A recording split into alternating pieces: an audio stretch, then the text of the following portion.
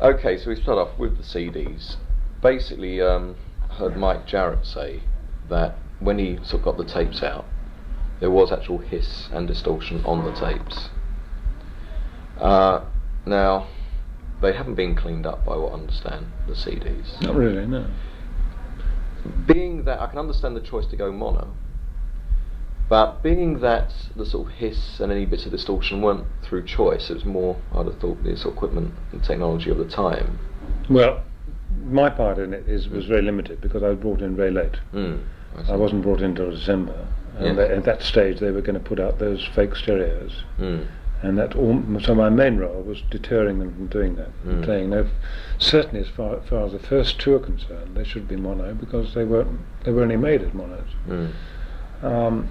We got 4-track by the time Hard Day's Night came along, but it was very primitive stereo work then. So that Mike Jarrett did the transfer from the original mono master tapes to CD. Now it wasn't just his decision. There's a thing called the Beatle Committee, would you believe, in EMI, which composed a number of people, which I believe he's one, who determine the policy of what happens to Beatle recordings. And I think in their strive for authenticity, they just left things more or less as they were. I mean, I've actually had arguments with them about the way these things should be handled anyway. So they didn't do anything at all, virtually, except just put out the thing originally. As I was then brought in, I couldn't influence the first 4 in any way, except just pronounce my judgment on them. I actually think they're very good. Would you have cleaned them up yourself if it was up to you? Probably. I would have gone back to the original master tracks and seen whether they needed work done on them. But there wasn't time anyway, from the time I came in, and I wasn't asked to do it. Bear in mind, I'm very independent, and EMI I left in 1965, so I only do what I'm asked to do. Now I was asked to have a look at the next 3, which was Help, Rubber Soul and Revolver. And when I listened to those, these obviously had to be stereo from then on, and the stereos on them, particularly Help, was not very good at all. In fact, the sounds weren't very good. And so I said, well look, I'd like to have the original 4 tracks, and I'll listen to those and see what can be done to clean them up. And so I actually did remix both Help and Rubber Soul, which now they'll be coming out on April the 23rd. I didn't remix Revolver, and I don't anticipate that I should be doing any remixing on Pepper either. Really? Well, because I was getting better along with technology, and from the beginnings of 4-track, which was Hard Day's Night, I was beginning to think in terms of stereo by the time Rubber Soul came along. Although my experiments there leave me somewhat embarrassed, because I was very conscious of the fact that, when you listen to a stereo record in mono, you double up. Well, you don't double up, we put another 4 dB on the center sources of sound. And I was very conscious that one had to try and get some kind of compatibility. And I was very jealous about the balance of voice into backing always, and, particularly with a group like the Beatles. If you make a difference of 4 dB in the voice level, it makes all the difference in the world to the result. And so on Rubber Soul, I put voices a lot on one side. I didn't put them by themselves, I put them with other things. And there tended to be a hole in the middle. I got over that aberration during Revolver, obviously. So in remixing Rubber Soul, I was tempted to write that wrong. But again, the Beatle Committee wanted it to be exactly as our original issue. And I thought, well, perhaps I shouldn't indulge in retrospective thoughts after 20 years. Perhaps I should do what I did all that time ago and say, well, that's what I did, folks. I'm not changing it now. But what I did, I was to clean up the sounds, the individual sounds. So by going back to the original 4-track source, I was able to help the sounds a bit. And in fact, I had brought the image in a little bit. I'm Athletic Extreme.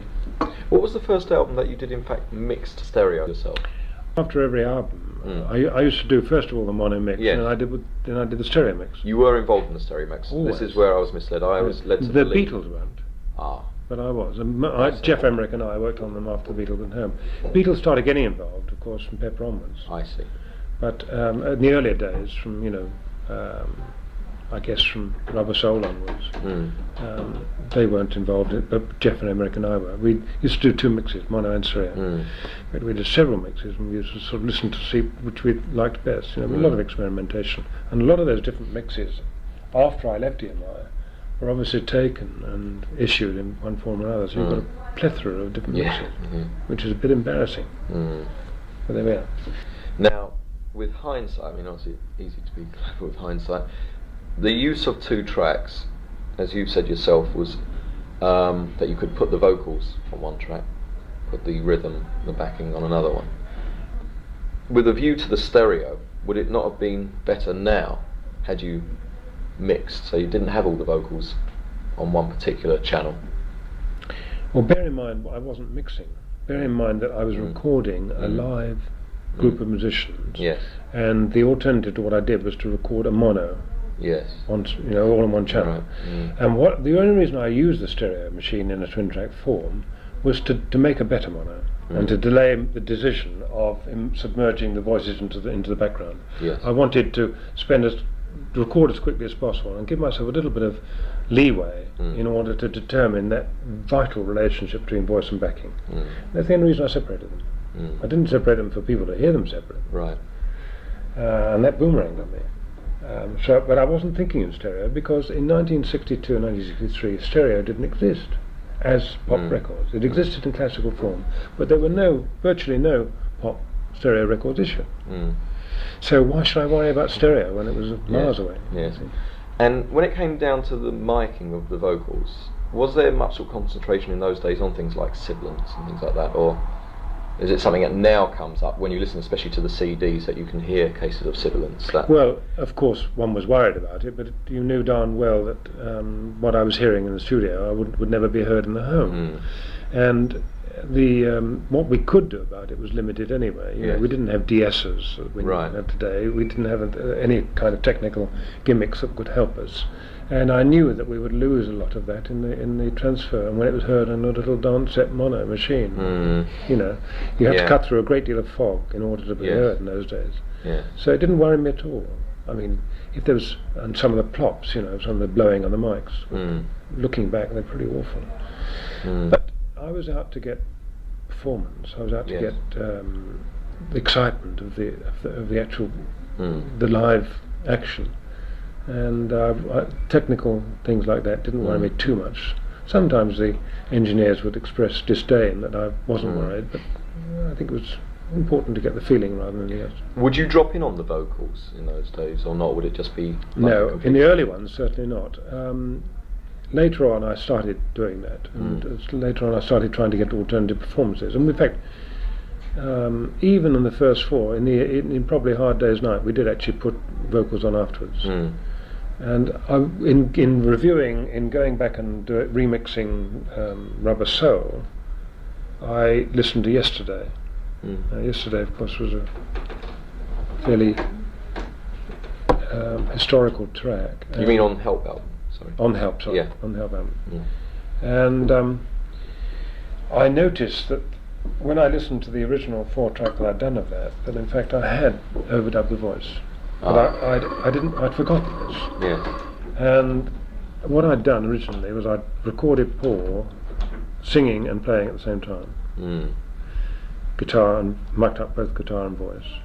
And then later I wrote and overdubbed the strings. That's 2 tracks.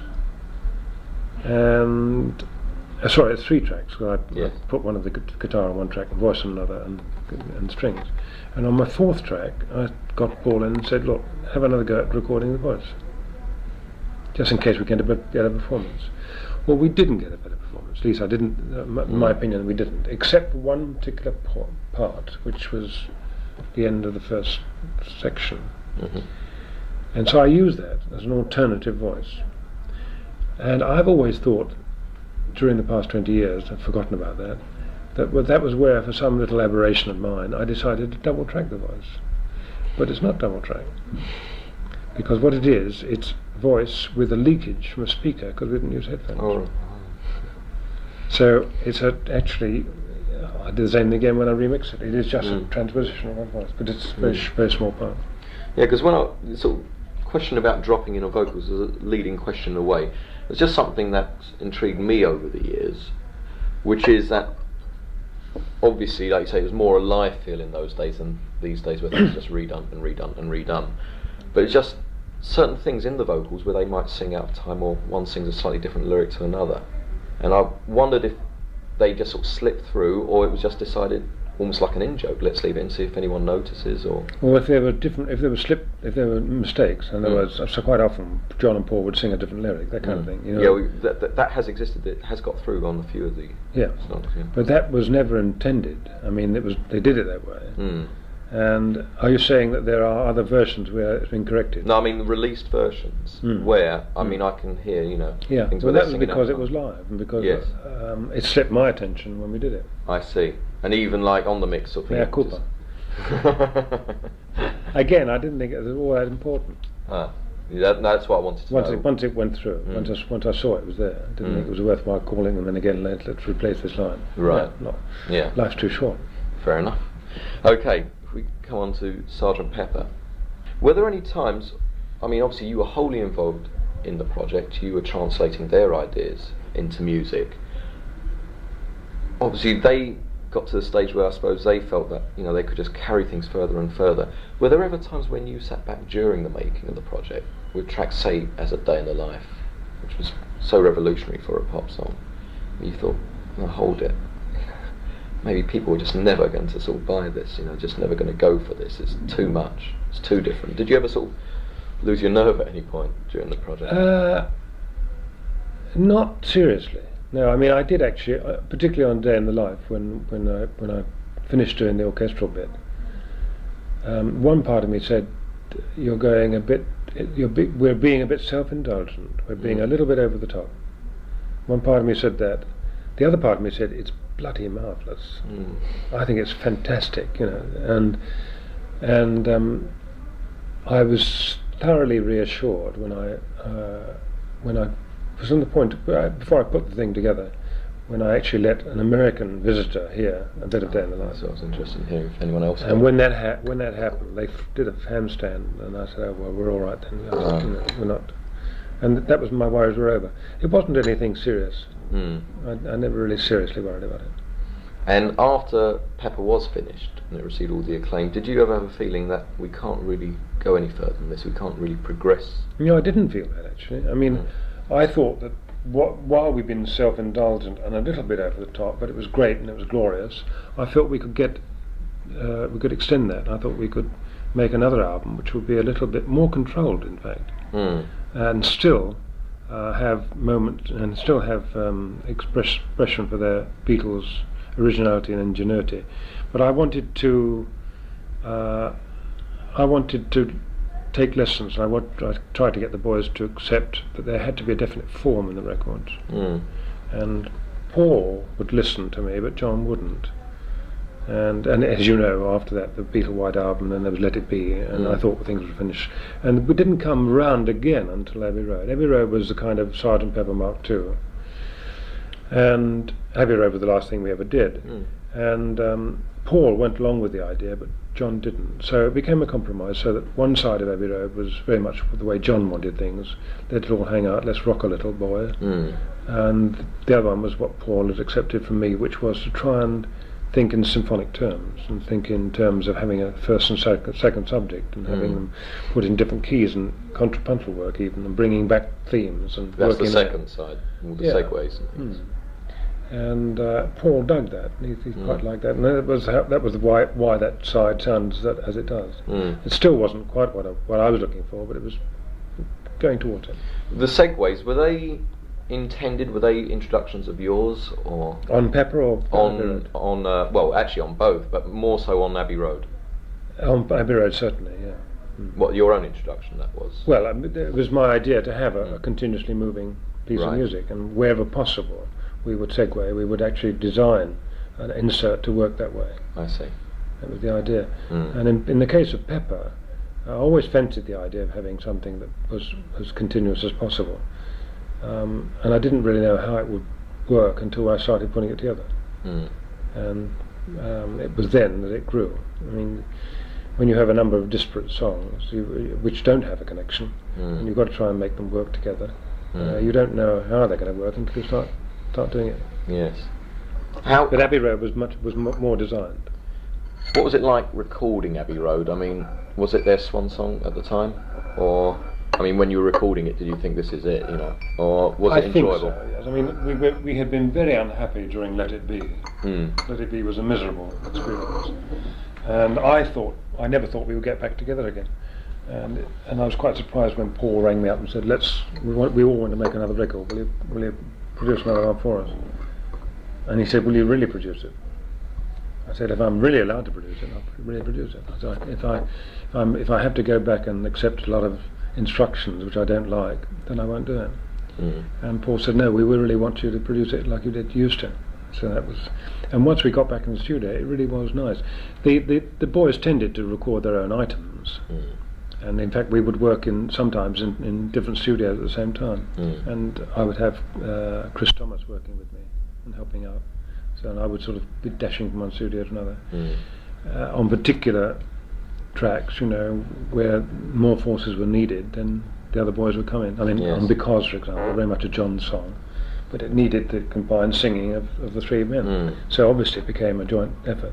But was it piecemeal recording, or did they ever record as a group? Oh, they recorded as a group. They recorded. Oh yeah, you can't sing like that unless you.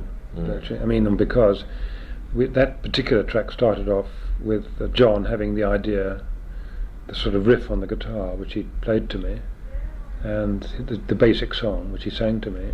And what we did then, we created a backing with him still playing the guitar on that riff, and I duplicated exactly every note that he'd played on the guitar on an electric harpsichord, and Paul played bass. And there was nothing for Ringo to do because we didn't want drum set, but in fact there was something for him to do because I couldn't, because it was so slow and meticulously. The question of ensemble between the guitar and the harpsichord had to be each note had to be exactly together. Right. And I'm not the world's greatest player in time, and I would make more mistakes than John did. So we had Ringo beating a hi-hat all the time to us in headphones. So we had a regular beat. We didn't have drum machines in those days. And so Ringo was our drum machine, and that was the way we did the track. And then, having got the track, then the three boys sang together in harmony the whole song. And then we overlaid another three voices, and then another three voices. So we had 9-part harmony all the way through, and that was Because. What about effects? I mean, were there any effects on things like, a track comes to mind to me is Lovely Rita on Pepper, with all these sort of different noises happening. I mean, do you recall how any of that was done in those days? Which track, sorry? Lovely Rita. Lovely Rita, Meter Maid. Well, you've got you've got these weird noises, things happening in the background all the time. Well, we did several things. We'd often used to do things in the studio, which was always fun. I mean, it made life a little bit more interesting. I mean, most notable case was Yellow Submarine, right? Of course, you know, where you got blowing bubbles into tanks and making noises and chains rattling and that kind of thing, which we actually did in the studio. It was fun to do. And John got one of these little hand mics which he put onto his Vox amp, which he was able to talk through. So he was able to cutting, all that, which you hear, and that was done live while the main vocal was going on, and it just made life a bit more interesting and fun. We had a giggle. In Lovely Rita, the same thing happened. We would have actual effects in the studio, but we weren't averse to putting recorded effects in too. What sort of effects would you have at that time in the studio? Well, there would be all sorts of sound effects that you can get on record. Oh, I see. You know, yes. so I mean, in the case of Good Morning, and you know, there's a whole farmyard of animals, which was dubbed in from a disc. And what about things like the voice, John's voice on the last verse of Tomorrow Never Knows? His specification to me was he never liked his voice, by the way. He always hated his voice. That's why people said he always wanted it mixed down, didn't he? Yeah, and I could never understand this because I thought his voice was terrific. But on Tomorrow Never Knows, he said, as you know, the words were taken from the Bacon Book of the Dead. He said, I want me to sound as though I'm a Dalai Lama singing from the highest mountain top, and yet I want to still be able to hear what I'm singing. And of course it was an impossible task, except that I thought, well, he obviously wanted a cookie effect, and flanging was about the double track, artificial double tracking was about the only thing we could think of. We didn't have machines that you could do things. We didn't have harmonizers or anything like that. So what I did was I put his voice through the Leslie rotating speaker of the Hammond organ, which gave it that effect. I see. And to my knowledge, that's the first time anyone had ever done that. It did what he wanted. It was quite a nice effect. And on other sort of albums, things like the White Album, there are a few tracks where I heard people playing with the speed, and it sounded as if the vocals that we were used to hearing had been in fact sped up, because when they were slowed down it sounded more. And I'm thinking of a track like Don't Pass Me By, Ringo's vocal. Was that actually sped up? No. It wasn't meddled with at all? No. We did occasionally do that, but on Don't Pass Me By I don't think we did. No. I could be wrong, but my memory tells me not. Yes. We weren't, again, if it was an attempt to get an effect, we would actually speed up the track and put them in different keys. And sometimes, if the voice was too much strained, I would actually speed up the track or slow down the track in order to accommodate the voice, and then take it back up again. But I never went beyond a semitone because it got kind of Mickey Mousey after that. Right. On Pepper, did anyone else play on the album that weren't sort of credited at all? Were there a lot of people sitting in on sessions and things? Or did the Beatles themselves sort of play each other's instruments at all? Was there any mixing around? God. I mean, it's a big subject because a lot of people did play on Pepper. Including a 42-piece orchestra, and I don't know the names of them. Did they switch instruments a lot, the Beatles, within the sessions? Well, they all played keyboards in one manner or another, bad and good. They all played guitar instruments, bad or good, and they all played. They all liked playing different, experimenting with different things, and so they would all pick up a percussion thing. Whatever move, what ever happened to be around at the time. It wasn't until later that they did things like George doing a violin and Paul doing rather bad recorders on the Magical Mystery Tour and so on. But in Pepper, I don't think there were any instruments like that. When it got to the White Album stage, did Paul do any of the drumming on the White Album?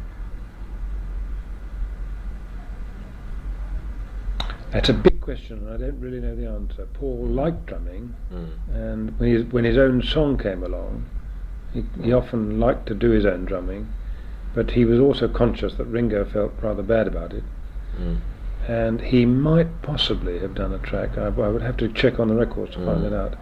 Although I think if I had to sort of give you a definite answer, yes or no, I would say no, because we were very conscious of Ringo not being done out of a job, and Ringo was a great drummer. But Paul sometimes got a little bit impatient about getting his ideas over. But I don't think so. I think that Paul left his drumming expertise to when he had Wings. As a music man, can you expand on that? I mean, it has been said by Paul himself that he thought, for them, Ringo was the greatest drummer in the world.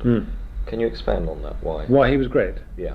Because obviously, most people say, Ringo himself would say, technically, if you put it next to some people, I mean, wouldn't stand up. But no, that's right. I had, when I recorded Tug of War in Montserrat with Paul, and we had Stevie Wonder and we had Ringo playing drums, and we also had Steve Gadd. Now, Steve Gadd is a great technical drummer, one of the best in the world. He's done everything, and he's meticulous. And we actually had the two drum sets in the studio, and Ringo and Steve playing together. And first of all, it was most interesting that for the same mic setup, the sounds were so completely different. I mean, they were light years apart, the sounds of the two drum sets. I was shaken by it. I didn't expect it to be. Ringo gets a particular sound out of his drums, which is all Ringo, and I don't know anybody else who gets that particular sound. So that's one of the reasons why I think he's great. I think he is extremely distinctive. You can recognise Ringo's sound anywhere. Secondly, I think that although his timekeeping isn't rigid, clinical, quartz-controlled accuracy, he's got a tremendous feel for a song. And I think he always helped us to hit the right tempo for a song, and gave it that support, that kind of rock solid backbeat that made the recording of all the Beatles songs that much easier because of that. He was sympathetic. His playing used to go up and down, but he used to go up and down in the right way to help the song. And his use of toms, I think, was very inventive too. You know, the day in the life timpani sound on the toms was very characteristic. That's what Ringo wanted, and that's what he got. It was his idea to do that. Do you think there was also an art in the fact, or was it his art or was it your art, that the drumming in the Beatles didn't dominate, like say Keith Moon with the Who, who's much more sort of to the front, who's more featured. The thing with the Beatles is you don't notice the drumming so much; it just fits into the picture. Was that more Ringo, or you arranging it that way from the start, from the early days? Well, it was probably the balance more than the else. I was turned on to drums by Ringo, in effect, because I was never a great drum person before I met the Beatles, and certainly I didn't pay the attention to, particularly the bass end of the drum kit, the bass drum in particular, until they came along. And I was quite surprised at Ringo's insistence on getting the thing recorded right. But I've always held the belief that the song and the singer is the most important part of a record, and the drums help it, but that should no way dominate it. So I guess that the question of balance, in my mind, was gave you the effect that you wanted. But I think Ringo agreed with it. I think that Ringo saw that the what we were doing on record was right. He never once came to me and complained that his drums weren't loud enough. So I presume he approved. Now, something else that's always struck me again is, amazing thing about the Beatles, which is never really mentioned, is this incredible progression from album to album. People seem to forget, sort of within months. There's a world of difference between Please Please Me and With the Beatles. And, and it just goes on and on. There's also a different sound to each album. For instance, the distinctive thing to me about Hard Day's Night is George's 12-string Rickenbacker permeates that. Was that a conscious thing, like, let's give this album this sound as such? No. Well, we didn't set out to say, let's make this album a different one from the other one, and therefore we're going to have a different sound. It wasn't there. But there was this eternal curiosity that all the boys had to have something new. And as they were growing up, I've often said that they were like plants in a hothouse. See, when I first met them, George and Paul were 18 years old, kids, and immediately they became world stars almost, well, within a year. And so their normal kind of growing up period was taken away from them by the pressures of fame. So they grew up in the studio with me, and up to the point of Pepper, where they were expanding their ideas. Consequently, they were thirsty for knowledge. They were thirsty to find out, curious to find out what else they could have. And with the fame that came with them, they had the opportunity of experimenting. So that George, heard of the Rickenbacker 12-string and wanted to have one, and he got one, and then everybody wanted one. And whenever you had a fashion starting like that, for example, once I turned John's voice around on Rain and played his voice backwards to him and put it in the track. Great, let's try everything backwards. And so George started doing backwards guitar solos, and as you know, we had backwards cymbal on Strawberry Fields, and so everything was backwards for a while until that was exhausted, and then it was onto a new gimmick, it was just a healthy curiosity of finding new sounds and new ways of expressing themselves. How do you manage to arrange something like a backward guitar obligato, things like I'm Only Sleeping, it's all played? How in hell's name can you work that out, basically? You obviously work out what your chord sequence is. You work out where the chords are, and in fact we write down the reverse order of the chords as they're going to come up so you can recognise them. So you learn to play a chord sequence, and you learn to boogie around on that chord sequence. And then you listen to it. You don't really know what it's going to sound like till it comes out again. Make it sound very simple. Well, it's not simple, but it is hit or miss. There's no doubt about it. But you do it a few times, and when you like what you hear, then you keep it. When it got to the White Album, did you yourself begin to lose interest with the fact that they were recording everything so piecemeal? I know that there are certain sessions that were 3 sessions going at the same time. That's right. Did you yourself begin to sort of think, just losing interest in this whole thing? No, it wasn't a question of losing interest. It was a question of being able to cope with all, because they came back from India and they had 32 songs they wanted to record. And I listened to every one of them, and a lot of them I didn't think were great. And I told them so. And I said, look, recording 32 songs is silly. Let's get down the right number. Let's get down 14 or 16 songs, eliminate the dubious ones, concentrate and make really great tracks. They wouldn't have that. They just insisted on doing all of them. They said, let's do them all, and then you can turn them down if you want to. And so, but they all wanted to do them all at the same time. So that George would be in one studio, and John would be in another, and Paul would be in another. And that's where Chris Thomas was helping me at the time. He was running around looking after George or whatever, and I would be we just ran around all the time trying to get the right recordings out. It wasn't until long after that I discovered that the reason for them wanting to have 32 tracks recorded wasn't entirely artistic. That their contract, which had been renegotiated for them by Brian, stipulated that the contract would expire within a certain period of time or within a certain number of titles recorded. And the more titles they recorded, the quicker they got out of the contract. I didn't know that, and I was naive enough to think that they just wanted thing artistically. Is there any truth in the story that Strawberry Fields and Penny Lane were originally intended for the album? But absolutely, yes. Strawberry Fields was the beginning of Pepper. It was was it intended as a double album? Is it true also that No. some of the Magical Mystery Tour tracks were originally intended to be No, I never thought in double album terms. No, we didn't set up with each album to say this is the way the album's going to sound, and this one's going to be called Sgt. Pepper, and it's going to have such and such and such on it. What happened was that Brian would allocate some time to me for getting the Beatles in the studio, and we had a general plan of having 2 albums a year and 4 singles a year. And when the time came for the next album project to come up, then Brian would say, I've penciled in these dates for you in the studios, and then we're having a break at Christmas and you're coming back in and so on. So in December '66, we went into the studios and we produced Strawberry Fields, Penny Lane and When I'm 64 in that batch of recordings, those 3 titles. Then we had Christmas off, came back into the studios in 1967, and then worked through sporadically until the record was actually issued in June '67. So that Strawberry Fields and Penny Lane were intended to be part of the album, but the album wasn't called Pepper, nor did it become Pepper until Sgt. Pepper's Lonely Hearts Club Band was actually written by Paul way into the album.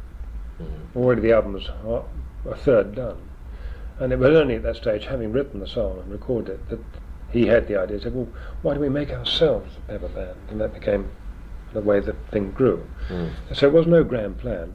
The reason why Strawberry Fields and Penny Lane didn't become part of the album was that, it sounds idiotic now, but in those days we never ever put a single onto an album. Yeah. And we needed a single for Christmas or for New Year or whatever it was. And so we rushed out Strawberry Fields and Penny Lane. What was the situation with the financing by that time? I mean, would you know about that? I mean, were you involved on that side? Sort of No, because I negotiated the first contract. You see, before the Beatles came along, I ran Parlophone Records. I was responsible for the whole label, and I recorded everything that went on it, and responsible for all the finances and all the contracts. But it was a very small label. Once the Beatles came along, and '62 went into '63, and Brian and I became firm friends, and we talked in terms of gross partnerships and having with wonderful stable of people you could find that I could record at that point I got on a golden treadmill, actually it was a copper treadmill for me, where I was in the studio all the time. That 1963 year I just recorded every day, every weekend, and my administrative side was falling away because I had so much work to do. That was the year that I had 37 weeks at #1 out of 52, and I just never want to work that hard again. And so consequently, that was the beginning of my not getting involved in the financial side of the Beatles. Their original contract that I signed them to was a miserly one, but that secured them to EMI for 4 years. And after the first year, I went to the managing director of EMI and said, look, you should double their royalty. He said, why? I said, well, because we've got them for another 3 years, but I think they're giving us so much that they're not getting enough. He said, okay, I'll double their royalty if you get another 5 years options out of them. And I refused to do it. Maybe that was the reason. I said, no, if you want to do that, you do it yourself. I won't go to the Beatles and offer them such. I said, I'll give them the money, but I won't ask any more from them. And so that original, they only had an old penny per single between the 5 of them, including Brian. So when the contract was renegotiated at the end of the 4 years, Brian went directly to Sir Joe Lockwood, head of EMI, and did that deal, which was a better deal than we'd had, but still wasn't the deal they ended up with, which was fantastic. So I don't know the details on them, but I know they were big. And with the actual financing of a project like Pepper, were you sort of instructed as to, like, this is how long you've got basically for the project? No, I was very much my own boss at Parlophone, always, and I was a bit of a maverick, and I never had much money, but I did have my own way, and I will say that EMI let me have my own way, so that when it came to planning anything for my label, I had the final word. So if I wanted to go and spend 5 months on doing an album, it was my neck was on the chopping block if I didn't make it. But I did make it, so there was no problem. Nobody questioned it. So in other words, the sort of stories I've heard about, panic in the offices of EMI with Pepper taking so long to make. Oh, I'm sure there was panic, but nobody could say anything to me because it was my charge. Right. Nobody could threaten me. I could have easily, they couldn't do anything about it. Right. And how did you sort of your role as producer mix with the various engineers that you worked with? I know there were a lot of different engineers over the years. Well, there had to be, because there was so much work to work. And what was your relationship, and did that relationship change over the years as recording techniques changed? Not really. You say there's a lot of engineers, but in fact there weren't all that. If there were many, they only did sporadic little items. There was no consistency. Now, I know the two main ones would have been Norman Smith and Jeff Emerick. Norman Smith carried on up till Revolver from the very beginning. And then Norman Smith wanted to be a producer, and he had a group that he found that he thought were terrific. So he went off to be a producer, and the group he found was Pink Floyd. And afterwards he became Hurricane Smith. And the tape op I had at the time was Jeff Emerick, who was 18. And I said, if you think you can take it, I'll toss you in the deep end. And he thought he could take it, so he did. He jumped in. And the first track he did was Tomorrow Never Knows. And then he did the whole of Pepper. So from then on, we went on together, right through the Beatles. Now, the Beatles chopped and changed too. They didn't get rid of me, although I suppose they could have done. But they actually said, for example, on Let It Be, they didn't want Jeff Emerick on Let It Be. And they had used Glenn Johns. Was that as an afterthought when the project had been shelved for a time, or was this from the offset? From the off. And when we used another studio, if we went to Olympic, obviously we didn't take Jeff then. It would be Keith Grant would do the track. Baby I'm Rich Man was Keith Grant. If we went to Trident, then we'd have Ken Scott. And so that's how we got different engineers. And later on, Peter Vince did some work at EMI. But in the main bulk of the work was done by Norman Smith first of all, and Jeff Emerick secondly. And how did you work with the engineer? I mean, basically... Well, with Jeff, with both Norman and Jeff, because I knew them so well. And in Jeff's case, I mean, he was a child when we started. It was a question of telling them what I wanted and getting it. And then eventually, after not very long, they knew what I wanted, so I didn't have to say much. And to this day, I can work with Jeff, and I shall know that what I'm getting is what I want. Jeff and I can work together on an album. We don't need to say much to each other.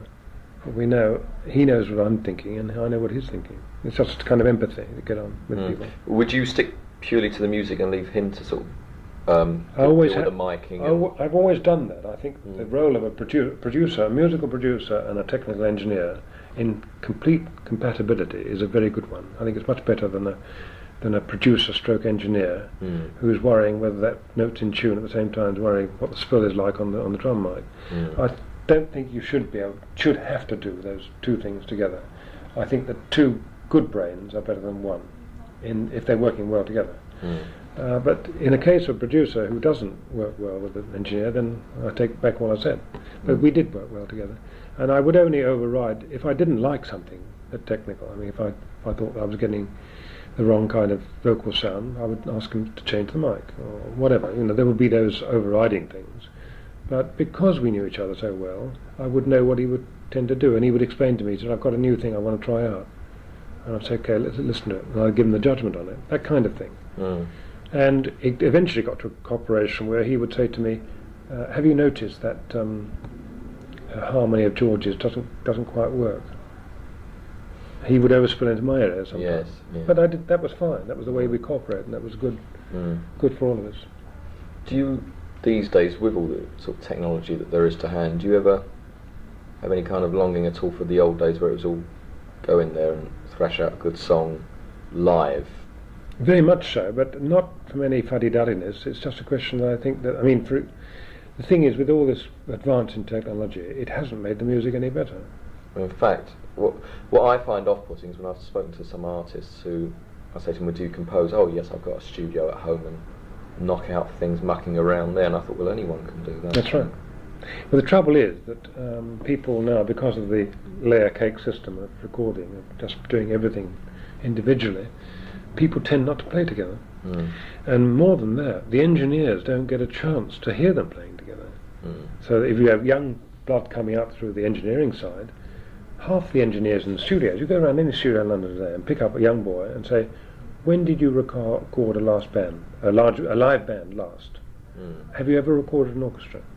And I bet you get negative results. They haven't had the experience, they don't know about it. And I think that's such a shame.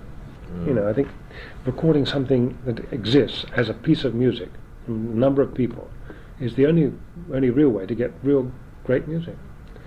And too much is done in a clinical way. I mean, the strive for accuracy at all costs, the microchip and the quartz business of it's made a different kind of mentality. It made the computer mentality where they don't believe anything unless they see it on a meter. And it is sad. How do you, in that context, how do you rate compact disc? Well, there again, you see, I think compact discs are wonderful, but I don't see them as a threat. I've never seen technology as a threat for myself because I've always used it. It's never used me. And I think the compact discs are wonderful in that they give you the sound in your own home that I can get in the studio.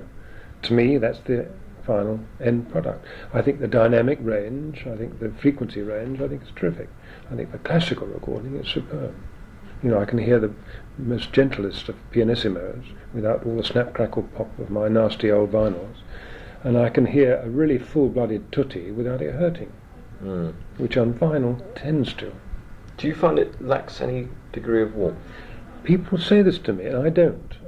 I have heard digital multi-track recordings which lack that warmth that people talk about. And in fact, Jeff Emmerich and I have talked about this a lot, and he says that he can hear the difference of the complete cut-off at 20 kilohertz. He said, I know I can't hear above 20 kilohertz, he said, but I can hear the fact that it isn't there. And I don't, obviously my hearing isn't as good as that. I'm much older now, I don't have the frequency range I used to have. But I've never been able to detect that difference. I have on multi-track digital, I've heard the kind of the clinical quality there, but the system we use I think is closer to analog than anything, which is the Mitsubishi 32 track. Yes. I think it's very warm, and I like that. But on CDs, I don't think so. I think if you hear something if you hear a master tape in the control room, and then you have a CD made of it, and you play that CD in the same control room, I can't tell the difference. The vinyl disc has had a pretty good run for its money in its different forms. I mean, it's gone for a long time, really. Do you foresee compact disc having that same kind of run? Well, I don't know. Eventually, of course, you'll have computer banks in every home, which will have computer storage of things. Well, that won't be very far away. In terms of everyone investing in the hardware now, and you know, it may not last that long. Within 10 it will years, last a while. You think? I mean, it's going to supplant the CD is going to supplant the vinyl, and RDAT is going to supplant audio cassette, and those two new formats will run side by side. I don't see them as a threat to each other. A lot of people said that DAT will knock CD. I don't see that at all. I think the the availability of CD for the home, I think, is marvellous. Being able to select and program tracks instantly, which tape can't do, and the fact that it is a piece of plastic you can hold that doesn't wear, whereas tape still does wear. I think that still makes that the right medium for the home, and also with the video capabilities too. And RDAT, I think, is ideal for the car or for Walkmans. Yes. I think they are ideal, complementary media. But I think they're going to last us into the next century. And I think by the end of this century we will see, it depends very much upon world economics, but I think that we will see the average home having, apart from his washing machine and dishwasher and refrigerator, a big memory computer bank. I think it's got to come. I think it will happen probably by the turn of the century. We will have 30 megabytes of storage at least, and into that computer you will be fed lots of things, gas bills apart from anything else, but included in that will be sounds, and you'll be able to dial up and book sounds so that you can play them at any time. Back to the Beatles. I remember you being interviewed on TV in 1980 when they were celebrating John's 40th birthday, and I think a guy asked you a question that, would you, I don't know did you foresee yourself recording with him again, or would you like to? And I think you just said, you didn't imagine you would be sort of recording with him again. Was that down to just sort of situation? In 1980, this one? Yeah, this was in 80, before he died. John Lennon. Yeah, John Lennon, when it was his 40th birthday. Was that because of just the situation, you just didn't foresee it coming round to that again? Or was it because, as a solo artist, you leant more towards Paul's style of making music than John's? No, I didn't lean more towards Paul's style of music, but Paul asked me and John didn't. I didn't expect, after the Beatles split up, I didn't expect to work with any of them again, because they learnt a great deal in the decade that we were together. And they became very good producers, every one of them. I mean, George made very good recordings, and John as a producer wasn't as good as the others, but he still had tremendous invention. And so they didn't need producers. When John worked with Phil Spector, it was because, particularly on the rock and roll album, because he was part of that old era and he wanted him to do that. Although John got tired of that too. He didn't like what he was doing, and he was very unhappy about the rock and roll album. So John tended not to use producers, but became more engineer-producer people. So when he did Double Fantasy, he worked with Jack Douglas, who was an engineer producer, basically. And so I could see that need. I certainly wasn't an engineer producer. And so John never asked me, although we were still good friends. I don't think John would have. John never particularly liked being produced in my sense. He liked things to be just sort of let it all hang out. He never wanted any. If he wanted an orchestration, he would hire an arranger to do it, and it would work out. But the other thing was that John was never satisfied. And he once said to me in one of our evenings together when we were swapping reminiscences, he said, George, I've never really liked anything we've ever done. I said, really, John? I think you made some fantastic records. He said, if I could do them all over again, I would. So John was always looking for something which was impossible, in fact, unattainable, and he'll never get it. Why would you say that he wasn't as good a producer as the others, in terms of what? Well, because he didn't have the discipline. He didn't have the... John would, if he didn't get something quickly, he would grow tired of it and then freak out on something. His way of producing was very much a hit and miss thing. Whereas Paul and George would be much more meticulous, and George in particular would be do the same thing over and over again so many thousands of times. Everybody would go start raving mad. But John tended to, if he didn't get it in the first take, he would go on to something else. I've spoken to a few people who have worked with Paul, like as producers, sort of Hugh Padgham, Visconti's worked with him. And the thing that they sort of had to admit to is that when it comes to maybe discussing a point, they may express their point of view, he'll express his, and they can't help but feel, when it comes down to it, I mean, he must know what he's talking about. After all, look what he's done. Do you feel in that way, without obviously you coming over as if you're sort of advertising yourself, Do you feel in that way that you've got something unique there, that you've known Paul and worked with Paul since, before he was a star, before he knew about production and things like that, and you're the one person who can really make a point against him and feel quite confident? Well, it's a decided advantage. But I mean, I suppose you mentioned Paul because we worked together on Tug of War and so on, yes, and Pirates of Peace and so on. And yes, but I found that obviously with all of them, that everyone, I don't care who it is, how great they are, they need a second opinion. They need someone to say, wait a minute, are you sure you're doing that right thing? Even if it is only to question a decision, they need a second voice. Not necessarily to change anything, but just say, right, let's look at it again and look at the whole picture, because people tend to get so bound up with what they're doing that they can't see the wood for the trees. And a producer's main function is to be able to step back and see the whole picture, not just the little leaf in the corner, but the whole lot, and to give an unbiased opinion about it. Now, it's very difficult for a creator of something, an originator, a writer, a singer, who has written the song and performing it and got the whole idea, to be able to look at it completely unjaundiced. And the other thing is, of course, that when you get as rich and famous as the Beatles do, everyone thinks you're fantastic, and you are, of course, and everybody tells you so, and you get a lot of people who don't mean to be sycophants, but they are, and they wouldn't dream of saying anything untoward. So that's a fantastic song you've got there. Well, it's maybe not be a fantastic song, maybe it's a very ordinary song, but because you're singing it, I'm in love with you, it's a fantastic song. And so the amount of people who are able to say to the Emperor, you're not wearing any clothes, Jim, aren't very many. And one thing I could do, I could say to any of them, you're not wearing any clothes. And that's the main value. And will you ever sort of do that in terms of, obviously, I mean, it's his album, but would you ever sort of say to him, I really just don't think that will go, I just don't think that is a good idea? Oh, sure. Yeah. Oh, sure, absolutely. Which is something that possibly the others would. If you don't do that, you're not doing a job. You're not being. You must. The awful thing is, though, you must never do it unless you believe in it 100%. If I were to go to any of my artists and try and score a point, saying this is not the way to do it, this is the way you do it, old boy, and if I didn't know in my heart of hearts what I was saying was absolutely 100% right, then I wouldn't do it. You've got to be totally convinced that you're making a good point without trying to score off anybody.